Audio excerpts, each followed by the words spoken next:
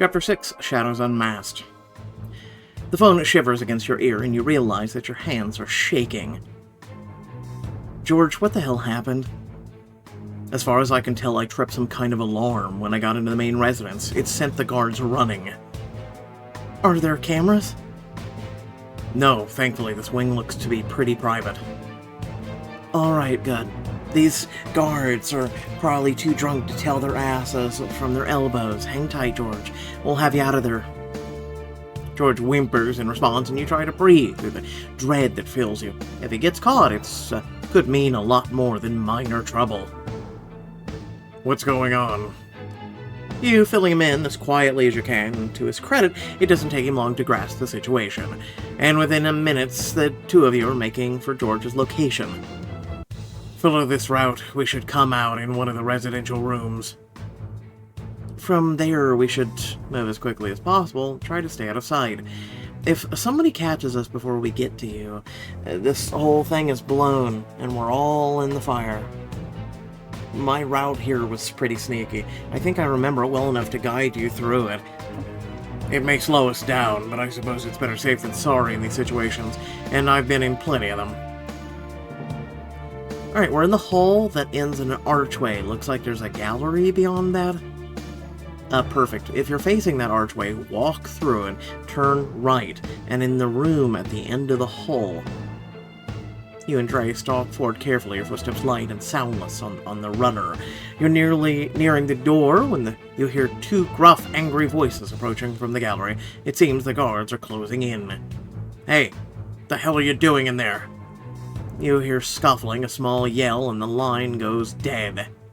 They got him. Abandoning all thought of caution, you and Trey race down the hall. There he is. My god, look at the graphics for the door. This is horrible. You and Trey stop short and gawk at the small cluster of guards surrounding George and haul him out of the governor's office in handcuffs. I'm going over there. Whoa. Breathe for a second. Think logically. Trey, I sent him into this, so I have to get him out. You haven't even taken a second to consider the options. If I don't go over there, he's going to take the fall for me. I can't let that happen. And I admire your nobility, but being rash isn't going to get him out of trouble. It's just going to get you into it. Then what do you propose we do? Look at the facts. We're way off the beaten path. No one from the party could possibly have made it here by accident. So, if we miraculously arrive to help him, they know we're working together. Exactly, we need to think. What good reason would two people have to sneak off into a mansion alone? You raise your eyebrows at him. You think you're down for another round of roleplay? Seemed easy enough for the first time. You let Trey place his hand around your waist and you lean on him happily, like you're already 5 shots down. He guides you forward towards the guard. You give him a loud giggle, smacking him on the arm. Hey, the hell are you two doing here? Trey gives him a roguish smile. Looking for somewhere private, because he remembers you from the other room, but sure. The guard seems speechless, his eyes wide. Guess this wasn't the right spot. We'll just go ahead and... George, what are you doing here of all places? You know this man? That's my boss. I'm so sorry. We caught him in the office, red-handed. We've got to take him in. You casually stroll into the governor's office in question. The guards follow you, waiting for your response. I should act angry. Act surprised. If you act angry, that means you could play it off as you sent him looking for something or did something. So you drag him out of here in handcuffs? We are only following instructions. You expect me to believe the protocol calls for this kind of brutality over a simple mistake? We've got no reason to believe he was here by mistake. I'm sure I can give you some reasons to believe it or not. To let this Vitality employee out of cuffs this instant. Alright, I understand you have a lot of emotions regarding this, but there's quite a few materials missing from the governor's office. We'll need to pat him down. He nods at the guards you were speaking to, who scurries over to George to do just that. It seems that George took his job seriously. They pull out document after document from his sleeves, collar, even socks. Bring those over here. We gotta check nothing's missing. As the guards go over the files, George sidles over to you and Trey. His eyes rove over your outfit. Yep, that's a good time for it. You know, when I pictured you saving me, you were wearing a superhero costume, but this is way better.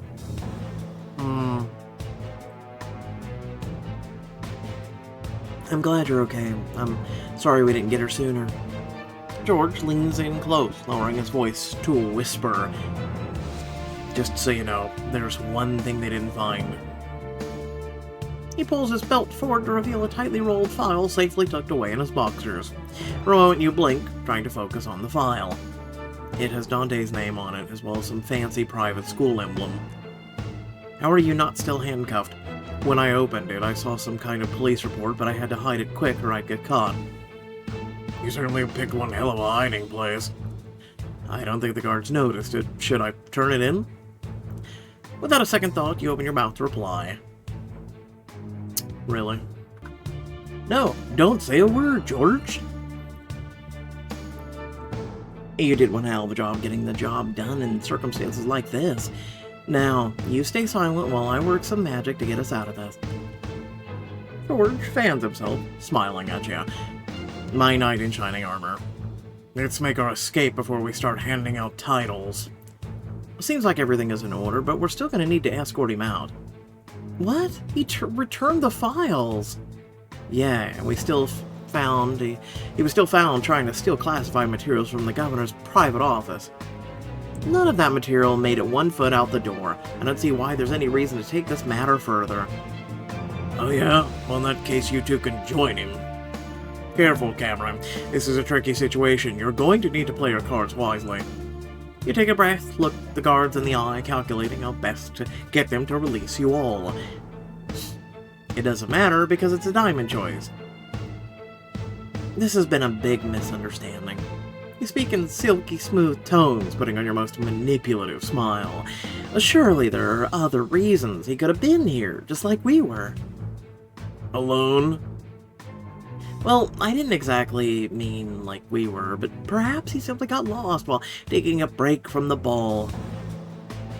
He did not look lost. Also, you know, all the stuff on him. And you would, of course, be willing to take a breathalyzer so that your testimony stands up in court? Or have you all been drinking yourself senseless and then arresting whoever you bump into? The guards exchange glances, seeming ruffled, and none of them look you in the eye. You switch tactics, turning to your companions. I'll gesture at Trey. You nod subtly at Trey, signaling him to join you in on the argument. He steps forward, confidently smiling with a coolness you have to admire at a time like this. Gentlemen, let's look at the facts right now. There's no harm done, but you drag us out, make a big fuss, everyone gets involved. You sure you want that? And who are you exactly? I know him. That's the third Trebidex. The one with his own company. The captain came out of nowhere, but okay. Crude but correct in essentials. And Cameron here's the VP of Vitality's business strategy. Pretty big names to arrest pointlessly, don't you think? Hope you got some good explanations to give. The guards look at you and Trey with new eyes, suddenly wary. You take a breath, you know you don't have much longer to convince them. I assure you.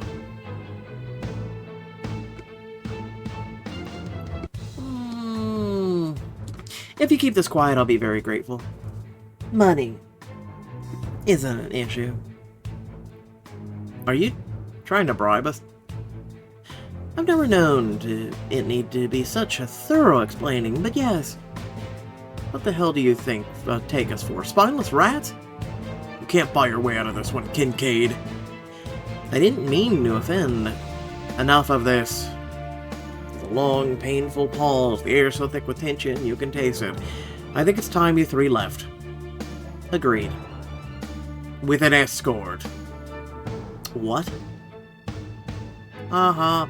Before you know what's happened, armed guards have you by the wrists and you're marched out to the mansion's front door. Guess they didn't think much of our conversation skills. Here come the paps. Keep moving. You try to keep your head down, but you're blinded by the flashes of paparazzi in the driveway. Capture 1,000 images of your fall from grace, and to top it all off, your face is flushed with heat. After what seems like an eternity, you climb into a town car, mercifully left alone by the guards and paparazzi alike. You signal to your driver to step on the gas. Hard. You can't wait to get home. Well, that was one hell of a night. Let's say we have a lot to debrief. Does my place work? Yeah, definitely. I saw some things in those files that I can't explain. Hopefully you two can. You turn to Trey, but his eyes are fixed on his phone. You can't read the text on the screen, but his face is scrunched in quiet displeasure. What's up with that look? What look? The look on your face? There was no look. I know you too well for this. For as long as I can remember, you've always made the same face when you're pissed. Like this. My name is Trey, and I'm scrunching my eyebrows together and wrinkling up my nose, and... Alright, I get it. You know me well. Guilty as charged. Don't worry about it. Just something I need to get back to and handle. Get back where? We can drop you off. No need, this works fine. In another moment, the driver pulls over and Trey hops out. We'll catch up soon, I swear. Before you can frame a proper response, the doors have closed and you're sped off. You're still puzzled over this when you arrive home. My god, this place is beautiful. You shrug, heading over to a bar to pour out some drinks. Keep in mind you're welcome back anytime. This place is definitely too big for one person. That is definitely a view to be shared. Ideally with a glass of wine. Is that a hint? What do you think? I wouldn't say no. As you make your way to the wine fridge, you feel compelled to confess that your dad was responsible for getting this place for you. However it happened, I'd be grateful. I mean, I can't imagine living in a place like this. I've never been inside a home this fancy. Were you? Was your family poor? No, but we weren't well off either. I went to college with the rich kids, children of businessmen, aristocrats, and who knows what else. Hearing about their lives is what made me want more. Well, you're on the right track. I never even thought it was possible until your dad hired me. It was a dream come true. You hand George a glass of wine and sip on your own thoughtfully. Well, depending on what information you were able to get from the governor, you may live to see that dream become a nightmare. My father has a lot of power, and whatever the governor has on him, let's just say we need to tread lightly and plan thoughtfully. There were so much more than expected. Most of it is the usual suspects. The shady business deals, inexplicable transactions, bribery to overlook property damage in some of the buildings he owns, technically slums. Honestly, I lost whatever respect I had for him.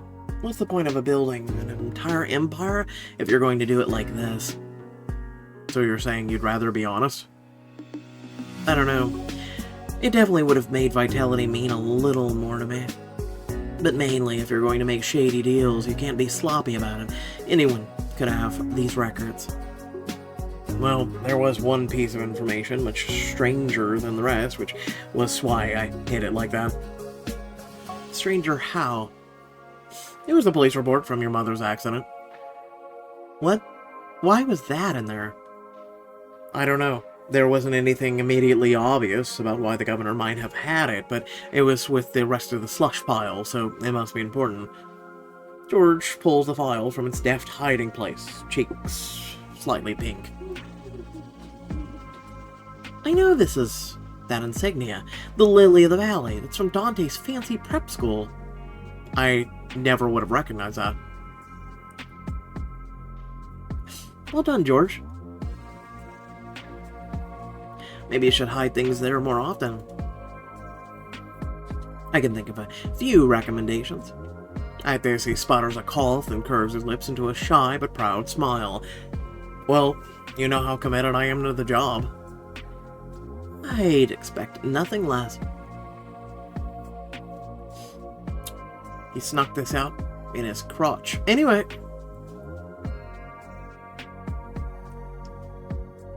George opens up the file. It seems like his school records, but there's a lot more here than there should be. A disciplinary report? Yep, I thought you said Dante was the golden boy. I thought he was too. I mean, I always knew he was a weasel at heart. But this is next level. You and George flip silently through the pages, finding everything from assault, property damage, to harassment of a professor. These should have marred his permanent record badly. Tell me more about the... Seems like he got into a disagreement with a fellow student at one of the college bars. Kid called him a Nepo baby, and Dante just lost it. Oh, so that's what we do at Target with him next. So it was a bar fight. I don't know if I'd call it that. A fight implies that his opponent fought back. He clears his throat and reads from the records. The victim was beaten around the face with bruises on his throat as if choked. Perpetrator sustained no injuries. And none of this got him expelled, suspended, flagged for future employment. Seems like your dad paid them off quietly. He hands you the file, and you flip through the check stubs from various donations, all made over the years Dante was enrolled. This is more money than his entire school tuition. So not only did Dad know, but he had all this covered up. You flip through to the final page. Oh, there's something else, but this doesn't quite fit in with the rest. The final document is Missing Persons Report, with a faded police department stamp in the top right corner. You both scan the pages rapidly. Dante went missing? For 48 hours in his sophomore year. He just vanished. Seems like no one could find him, so they filed a police report, but he reappeared 2 days later without a word. Huh. No one ever mentioned that. You both reach the end of the page and stare up at each other. Do you remember this at all? No, I didn't even know it happened until right now. Think, you must remember something. Where were you on the day of February 24th, 2013? You feel a leaden weight drop in your stomach, but your head spins, you catch onto George's shoulder. Cameron, are you alright? That was the day my mother died. There's a moment of unearthly silence. George wraps an arm around your shoulder. Cameron, I'm so sorry. I should open up a bit. You lean into his touch, letting the warmth calm you as you close your eyes against the wave of pain you rarely let yourself feel. It's been so many years, but it still hurts like hell if I think about it too long. And what was she like? Definitely way too nice for my dad. Warm, like sunlight. She would sing to me to sleep sometimes. She made really good soup. You feel a little silly about this, having these random bits and pieces, but George squeezes you tight, bringing a little of the familiar warmth back. I'm sorry, I couldn't meet her. She must have been an incredible woman to raise someone like you. A wave of emotion rises in you, and you let George embrace you for what seems like a long time. Finally, you give a deep sigh and sit up. You close your eyes, trying to focus, the wheels spinning in your head, racing to put it all together. Is this saying... Was my family somehow involved in my mother's death? Then it hits you. The police report. I still have it. You lead George to your closet. After several minutes of digging through the mismatch of belongings, you pull out the worn, yellowed sheaf of paper. I've never really been able to bear reading this, but it seems like it's finally time. You and George sit side by side, poring over each word, hunting for even the smallest errant detail, and within minutes he lets out a small O of surprise. Look at the serial numbers, the ones on the top of each page. They're put there by the manufacturer, but they're out of sequence.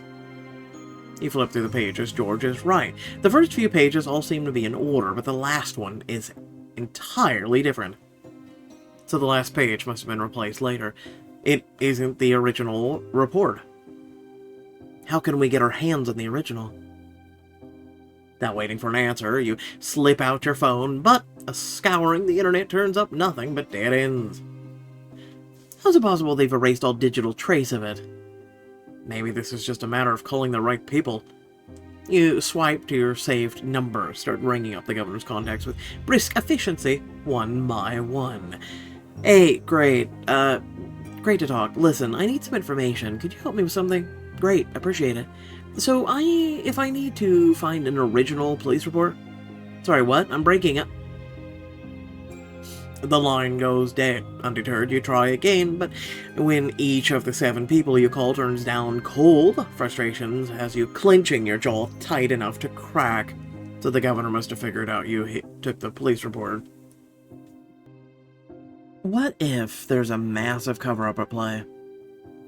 They're covering something up, I know it. Judging by the fact that nobody will give me the time of day about this, I'm thinking a lot of people are involved, and if I don't find out what it is, and who helped them, I'll never be able to avenge her. I understand you're angry, but you have to look at this objectively. It's the only way to get to the bottom of this. You really think there's a path to get to the bottom of this? Only one way to find out. Let me give it a try. Ooh, do you know that I don't? My college roommate, she's pretty high up in the government. She owes me a favor. He lifts the ringing phone to his ear, and a few moments later, breaks out in a grin. Hey, Eva, it's been a while. Got a minute? I'm here with Cameron Kincaid, a good friend. We're looking into a police report on a car crash, and have it on February 24th, 2013. You think you can get us the complete document? For a while, he just nods silently, and last, he hands you the phone. Hello, Eva? Hey, Kincaid, nice to meet you, too. Look, from what I can find, nearly every reference to that report has been edited. The original must have been buried deep somewhere. Can't you do, I don't know, a little digging? Not sure I appreciate the tone, but for George, sure. Minutes pass in total silence, except for the clacking of computer keys from the other end of the line, until finally, boom, got it. It's only a copy, but it seems to be the complete original report. Just send it over. You hastily click over to George's email, open it, flip to the missing page. George dug up major dirt on Dante. There was a teenage boy found at the scene of the crime. They always told me she was found alone. A teenage boy wearing a sweater with a lily of the valley insignia. A wave of shock and rage washes over you as you realize what this means. For all his faults, my father wouldn't have done this. Not to my mother. I don't understand. But Elizabeth, she covered up my mother's death. Maybe even my mother's murder.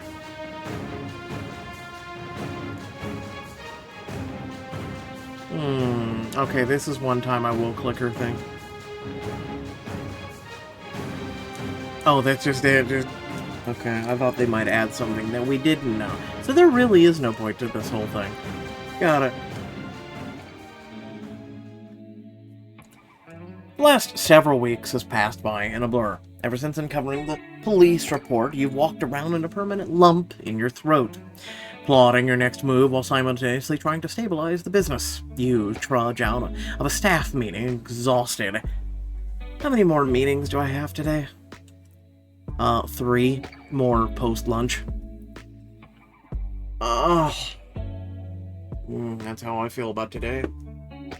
I have 7 hours of reading to do. How do you all think I feel? You wave George off and head to your office alone, but when you open your door, someone else is already there waiting for you. Damn. There's a sight for poor eyes, or whatever the saying is. What do you want, Sabrina? Easy, easy. I come in peace. I heard about your stunt at the ball. Wanted to offer you a truce before I wake up to find my thoroughbred's head between the sheets. Well, unlike you, Dante definitely deserved it. After I saved his ass on the product launch and he pulled the rug out from under me, he needed a taste of his own medicine. Do you think of me of a less vilified enemy or a potential ally? You snort at the idea of Sabrina as a formidable enough player to be either an ally or an enemy is the first thing that's made you crack a smile all day.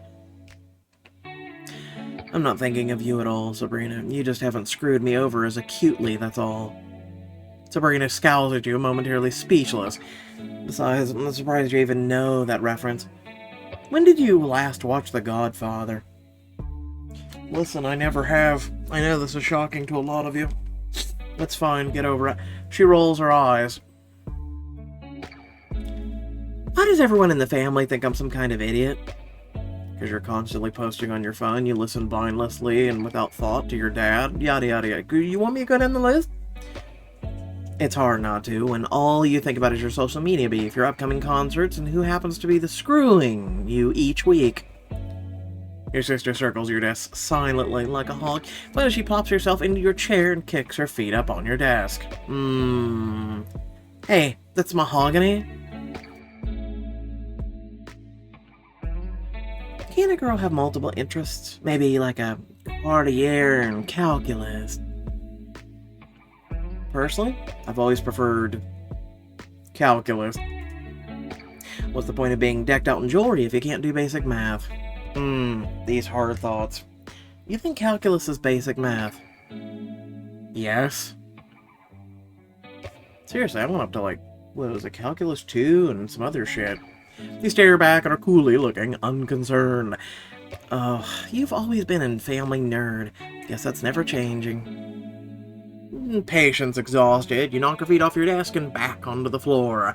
But without so much as a stumble, she launches herself forward right at your face. Maybe, just maybe, all of you looking at me like some two-dimensional stock character is a failing of yours. Keep overlooking me at your own peril. You stare at her thoughtfully, letting your eyes rest on her for the first time. You know next to nothing about her, really. Alright, maybe you have a point. You can't imagine she's really a threat anytime soon, but it couldn't hurt to build some goodwill. Find out if there's any weaknesses to exploit, if it comes to that. Why don't we head out for a girls' trip then? I'll take you anywhere you like. Really? I heard your latest pop princess is having a Miami concert. The jet's all gassed up, and I'm sure I can expense it as a team building. That's really the extent of your imagination? I can go to a concert anytime. If you want to take me seriously, maybe we should go to a serious environment. I'd much rather get to know each other over a feat of skill. Like clay pigeon shooting. You in? You don't remember the last time she smiled at you like that. If it's ever really happened. You can't help it if you smile back. You're on.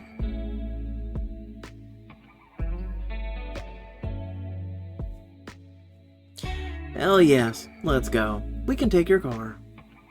You shake her head amused and follow her out of the office door. In what feels like no time at all, you've arrived at the country club.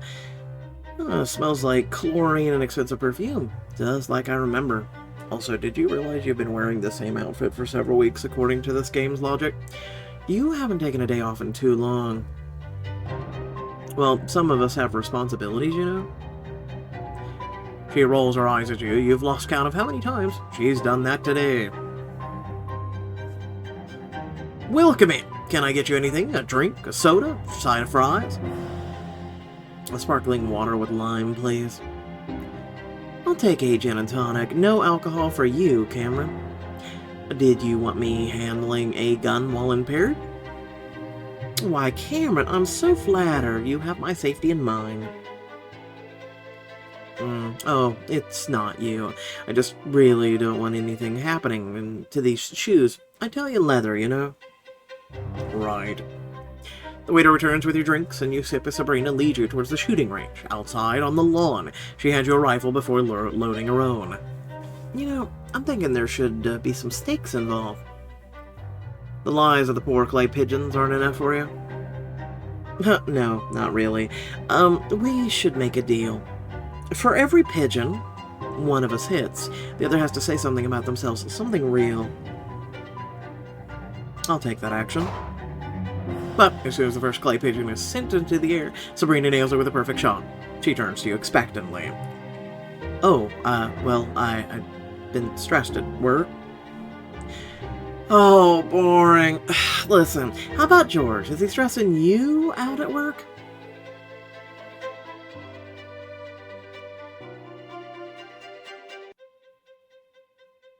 I wouldn't call him stressful. On the contrary, I'm quite enjoying having him around. Yeah, I noticed. We've all noticed. The second pigeon is launched into the air again before you can even aim right. Sabrina has blasted it where? You're just lucky it's me here, not Dad. He's the one who taught me. Go on, share something. You pause. It never even occurred to you that your father taught her. He's never taught you anything. Well, the first night I stayed at the Vitelli mansion, I had a nightmare. I woke Dad up. He told me to shut up and let him sleep. But first, he said the rest of you would think I was a baby if they saw me crying. I never cried at home again. Really starting to dislike her father more and more each day. You're not sure where that came from. It hangs in the air between you. You swallow hard before glancing at her. I wouldn't. You wouldn't what? I wouldn't have thought you were a baby. I used to have nightmares all the time and cry at them. You shake your head as if to clear it. You have to steer the conversation out of these dangerously vulnerable waters. You came to learn about her for crying out loud. The third pigeon is launched. You take a wild shot, but Sabrina gets there first. You rack your brain trying to think of something benign to share. Something that might make her finally share something too. In high school, She said benign. I had a huge crush on my history teacher.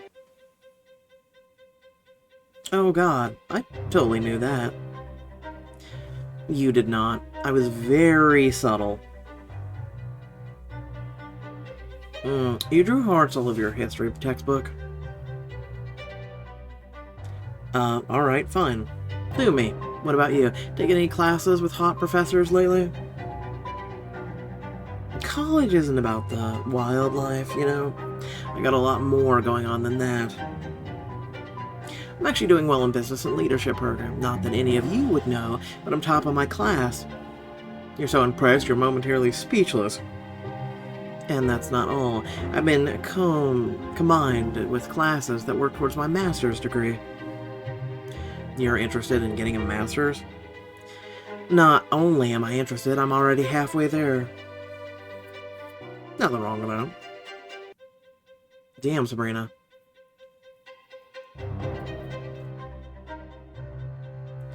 I always knew you had it in you. You did? Honestly, I've always known you had brains. I just didn't think you wanted to apply them. I'll just pretend I only heard the first part of the sentence. I'm really glad you proved me right. Oh, shucks, you got me blushing. And just so you know, that social media expertise you find so pointless has forged an incredible professional network. It has. I'm not just a party girl on the Clog app, I'm a household name, Cameron. If vitality ever goes down, I'll be fine. Could you say that? Because I could sustain my lifestyle completely on brand deals alone. What would you sustain yours with? I don't know. But I don't plan on finding out. Under my watch, vitality will thrive, mark my words. You both turn back towards the field, preparing to shoot, but the pigeon takes a while to launch, and Sabrina turns to you, waving the gun around with her hand gestures. You know, I do have to say, I did attend the most insane party last week. Someone who did a backflip off a keg stand. You barely hear her, you're too busy keeping your eye on the fully loaded gun she's pointing at you without even realizing it. Sabrina? And obviously he messed up and had to go to the hospital. Wasn't that bad? Like, he didn't break anything, and his girlfriend, she prattles on another piece of your sister's character slides into place. She's impressively intelligent, but ludicrously careless. We already knew that. She shakes her gun, holding hand abruptly, and you jump. No, if someone's pointing a gun at you, and they're doing it nonchalantly, no, you okay, you get out of the way and yell at them. Sabrina, the gun, point it somewhere else. Sabrina jumps in surprise, stares at the gun in her hand, as if noticing it's there for the first time. Oh, right, sorry. She hurriedly turns back to the shooting range, not meeting your eyes. You wince internally, you didn't mean to embarrass her. The clay pigeon soars through the air. You both take aim. Sabrina unloads her emotions on the pigeon in a rush, firing again and again. But she seems much more flushed now, missing shot after shot, leaving you an opening to finally nab one. Finally, your shot brings the pigeon down and she turns to you. Alright, you win. What do you want to know? She sounds despondent when she says it. Even though you're pulling ahead, the game's lost its fun. All you really want is to end the day with her smiling. I'd love to know the best live act you've ever seen. Oh, that's easy. You're gonna love this. So, I was in Monaco with Sasha, and you remember Sasha. We run into the sky. She's an airhead. They can be really intelligent about one specific thing that they're focusing on entirely, but on other things, deep, flatline, just deep. Later, you drop her off at our apartment, your arms sore from shooting. I'm glad we did this. I learned a lot. I'm glad too. It was definitely illuminating. You pull up to her condo and she makes us to exit, but her fingers wrapped around the handle. She turns to you one last time. I just wanted to say I'm sorry. I helped Dante take your credit. I hope you and I can put that behind us and move forward. As long as you don't do it again. Dante's name alone makes your mouth go sour and you feel your smile curdle and disappear. Sure, she's apologizing and fixing that gentle gaze on you, but you thought she was in your corner that day too. Is this just another ruse? I can't let myself become a fool again. There's no forward with us, Sabrina. There's just this. Niceties and betrayal. What are you talking about? I've lived this long without the love, support of my dear siblings. I don't need it now. Sabrina's face morphs into an unusual expression it wears when it looks at you, a glowering scowl. As she walks through the door, you hear an angry mutter. It sounds disturbingly like the words, "You'll regret that." I mean, what else is new? Our sister's petty. Oh, look, it's the end. Alright, so without further ado, thanks for watching. Please remember that if you did enjoy the content, to like, share, and subscribe. Head down the description, check things out. Leave a comment down below letting me know your thoughts on today's chapter. As well as, again, please support. Basically, I'll be reading all day long. So, gotta hydrate and whatnot. Consider supporting via those methods, or at least share the content and let people know our channel actually does exist. Aside from that, I'll just say the following. We kind of knew that she was smart, which she is. There's nothing wrong with that. The problem is your sister is very single-minded. So, like I said, she's kind of like an airhead. But if she focuses her mind on one particular task, she can master it. However, I will say the following. Master's degrees do not impress me. In case you just go, what? Do I need to replay that? Oh, we'll go ahead and repeat that again. Master's degrees do not impress me. Now, you may say this is coming from a side of ignorance, that those are something that people work on for 8 or more years. And I'm going, yeah, and? Some of the most ignorant people I've ever met, some of the most naive people, some of the most non-street smart, some of the most just messed up people, we'll just leave it at that, because we have to watch what we say because of this platform, have master's degrees. Okay? Like, some of the most people that I've met, been in the room with, most of those people have messed up their lives, and they had a master's degree. Now, I'm not saying all of them. I'm just saying a good chunk of them. So, with that being said, those things do not entirely, win me over. Okay? So, Sabrina, as you can tell, oh, I got a master's degree. Yeah, whoop-de-doo for you. Okay? You're still a person that has nothing behind your eyes. And a lot of these people that go for that, not, like I said, a lot, not all, are just like that. They're just like that. Okay? Um, you look at some of the most intelligent people in the world who, right now, you're probably watching on a device that they made, literally and figuratively, don't even have a bachelor's degree. Think about that for a minute.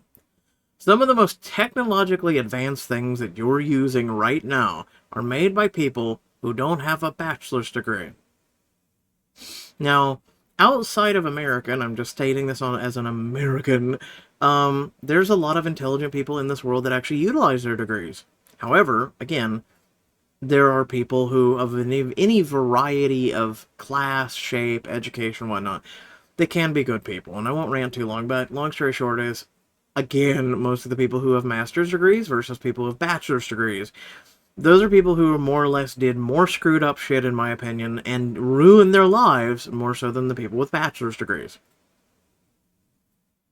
Again, I'm just stating this from my personal opinion and what I've personally seen, experienced, and been in a room with these people. Okay? I'm also a person that does not have a master's degree, and I could sit here and simultaneously have a theoretical astrophysicist conversation with the likes of Neil deGrasse Tyson, Miyako Kaku, and whatnot. I know some of you are going, "Nani?" Exactly.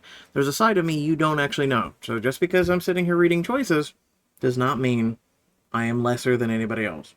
So a lot of these people who always go, "You pronounce that incorrectly," and then I come back with, like, you can pronounce it 6 different ways or 16 different ways.